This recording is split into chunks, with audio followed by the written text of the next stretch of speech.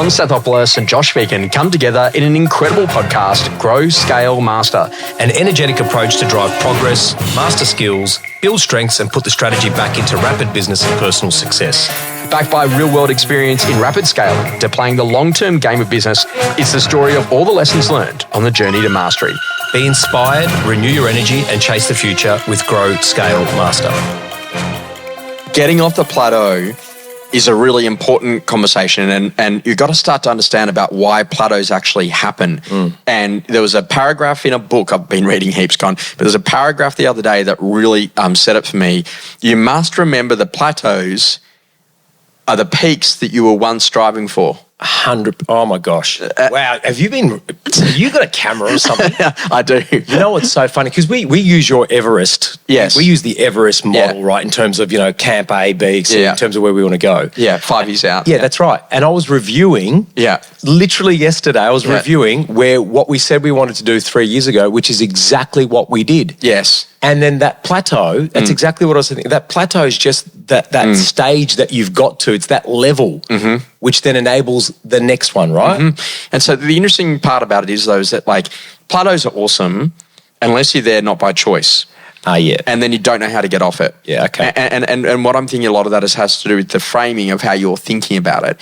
So if you're in a position that you're like, I'm really, I've tried my hardest, Con, I can only ever do 20 deals a year and I just can't seem to do any better than that. And that's it. Either you've got to change your thinking about lead generation or days on market or how you win your listings or that, or you go to John McGrath's conversation of, okay, great, well now can you do 20 deals a year but on a day less a week? Yeah, and so you look at productivity improvement, and so you're looking for efficiency gains or new peaks that are different, and it's not just the amount of income, it's often the quality of life. And I know this sounds funny, but there will be a point in your life where you would rather an extra day off than you would an extra 1,000. Correct. And so that's about that whole idea about doing that. But when you think about contextually the conversation around why is climbing to a peak so exhilarating? When you finally you make a decision and you lock in. And I find a lot of people have this failure, but that when I give you a plethora of choice, you don't know what you want. But when I make you choose between two things, you're like, I'll take that. Yeah. So as an example, when we go to advanced goal setting with people, we go, okay, cool. Let's think about Morpheus from the Matrix. And he says, blue pill, red pill.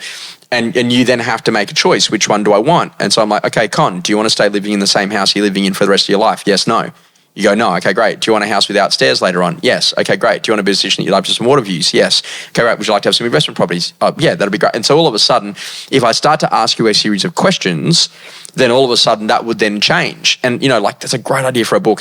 The questions you should ask yourself at every decade of life. Oh, that's a great one. We should write that. So from that point of view, if you then start thinking about that, why is climbing towards a peak such an exhilarating experience? Oh, I think...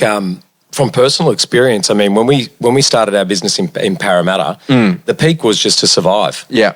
So simply, it was like, can we break even or make a small profit? Yeah. And we had a vision, not a business plan at that point. We had a vision about what we wanted that to look like. And I think the exhilarating part is the journey. Because a lot of people, will sometimes get to that peak or the plateau, which is the next stage of growth in this instance, right?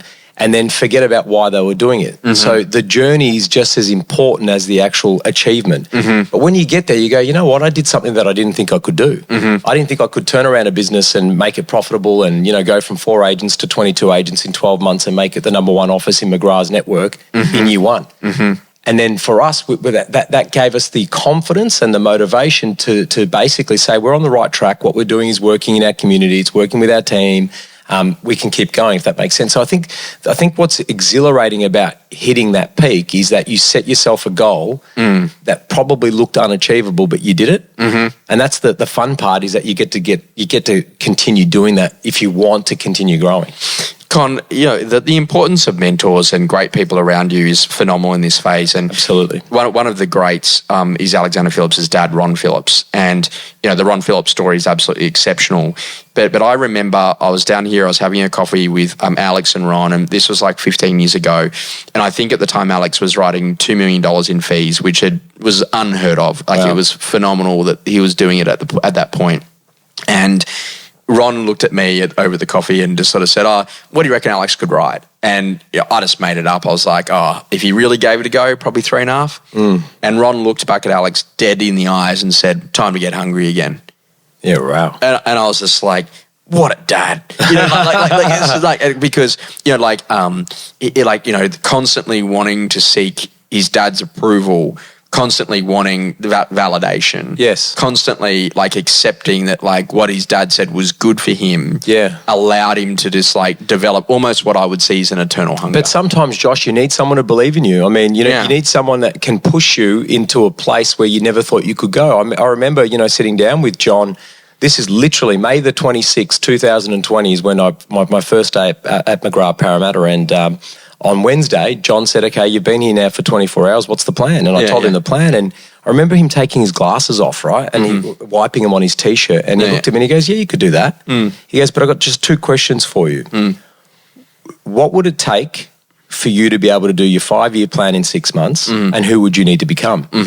And that was like a lightning bolt to my brain because I'd never thought about a concept like that. So the importance of a mentor or a coach or a third party that's going to sit there and, kind of challenge you and push you in terms of your thinking, your ability, it's incredible what that will do for you. Sometimes, and my dad would refer to it, what's that, that person over there? Yeah, what's the size of their motor? Yeah, their engine, yeah. Yeah, and it's okay, great. So how do you develop eternal hunger? That's another deep question. I think your life experiences, everything, I kind of look at it like a theatre show. You've got chapter 1 and chapter 2. I think your life experiences lead you to where you are right now. And the way that you've grown up, the way that your parents worked and what you've learned in terms of lessons and your core values and who you are at a human level, all these things kind of add up to this thing we call hunger. But the reality is that my engine might be different to yours, and it is. And my hunger might be coming from a scarcity mentality, or it might come from an ego, or whatever it might be. I think the reality is around hunger is, are you happy with where you're at in life today? And if the answer is yes, continue down that path. Like Choose Your Own Adventure, those books. If the answer is no, make the changes. What are the changes that need to be made, right?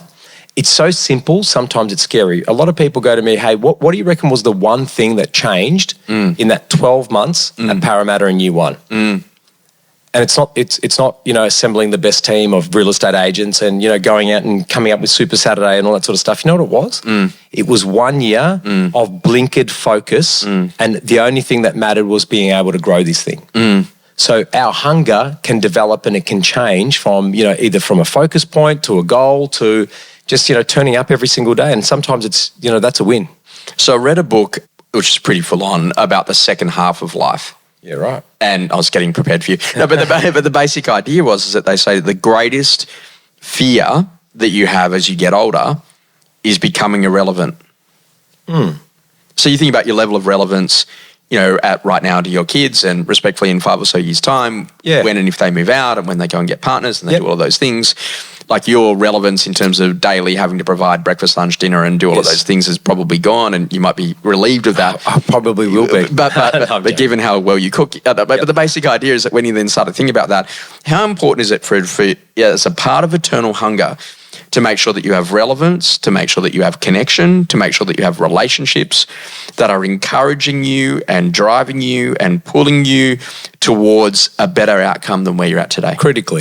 Critically important. I think the connection for me is probably the most important one, along with relationships. Relevance, I think you can always remain relevant if I'm putting my business hat on. But geez, you got to be ahead of the technology and conditions and markets and what's going on. Mate, right? You're one of those people that I look up to where I go, you showed me something before earlier, but before we started the podcast, I'm like, hey, mental note, you have to be better at this right? So I think the relevance is really up to us. So yes, relationships change, and you're right, when Nikki and Gabe move out and they've got partners and whatnot, our relationship changes, but the connection's still there. So I think for me, it's what's really important. Surround yourself with the stuff that's important, personally and professionally, and then just work on those. Like for me, I've got like half a dozen friends that I must speak to at least once a month, right? And so it's a mental thing that I've got in my brain that I have to connect with them in some way. I've got to see them or to speak to them on the phone, have a quick Zoom, whatever it might be, FaceTime. And that's really important to me to stay relevant in that relationship. So you've got to work on it is what I'm saying.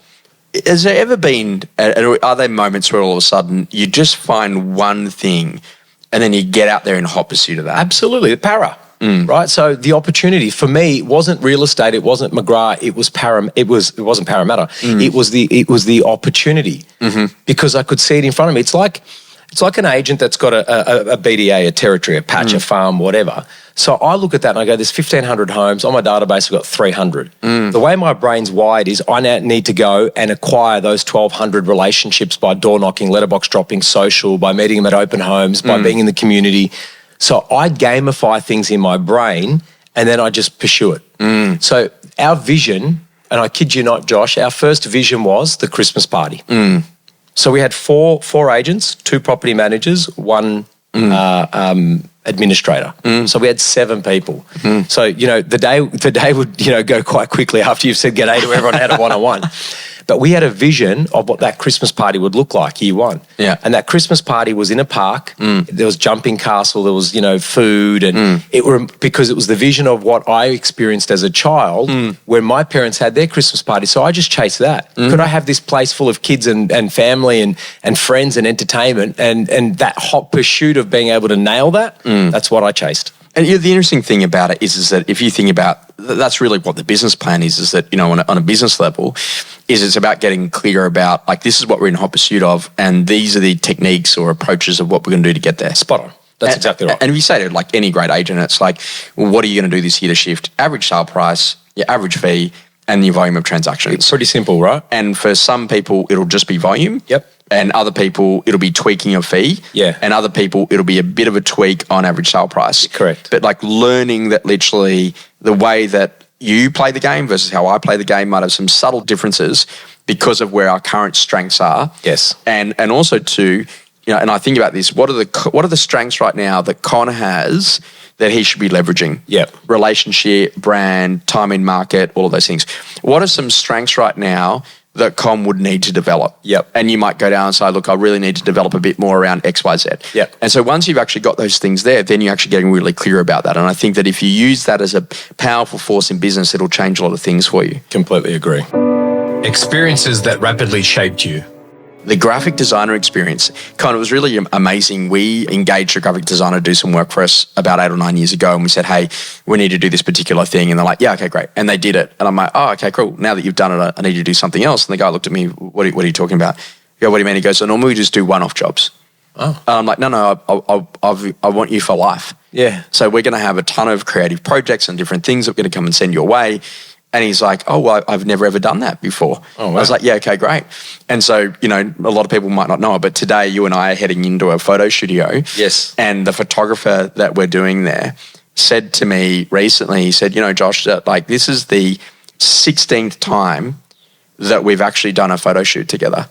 And he goes, sometimes I wonder if am I missing creativity? Like, what are we going to go and do next? There's only so many ways you can photograph a guy without hair. And I said to him, yeah, but the interesting conversation is this, like it's subtle improvements every time. Correct. And what we're doing is we're building out a repertoire. And I think that whole idea is that if you view a seller as a one-off transaction, or you view a landlord as I'm just going to deal with this issue today, and you don't think to how you can make that a long-term and enduring relationship for life, then you are leaving behind a ton of opportunity, reward, and recognition. Agreed.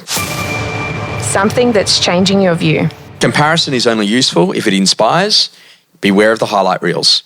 And the other day I saw this thing on social where someone set up an account where they're taking down all of the people who are on social, telling everyone how they've made $1 million and how they drive these cars.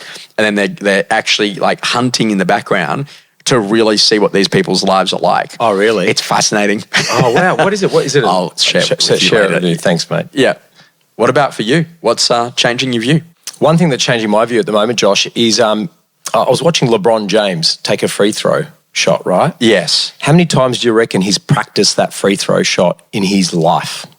I'm going to say thousands. Millions? Yeah, maybe. Potentially millions. Yeah, Think sure. about him from a child, Yeah, right? it's probably true. Yeah. So he bounces the ball the exact same way. He flips the ball the exact same way. He then gets the ball in the same position and then he flicks his wrist in the exact same way.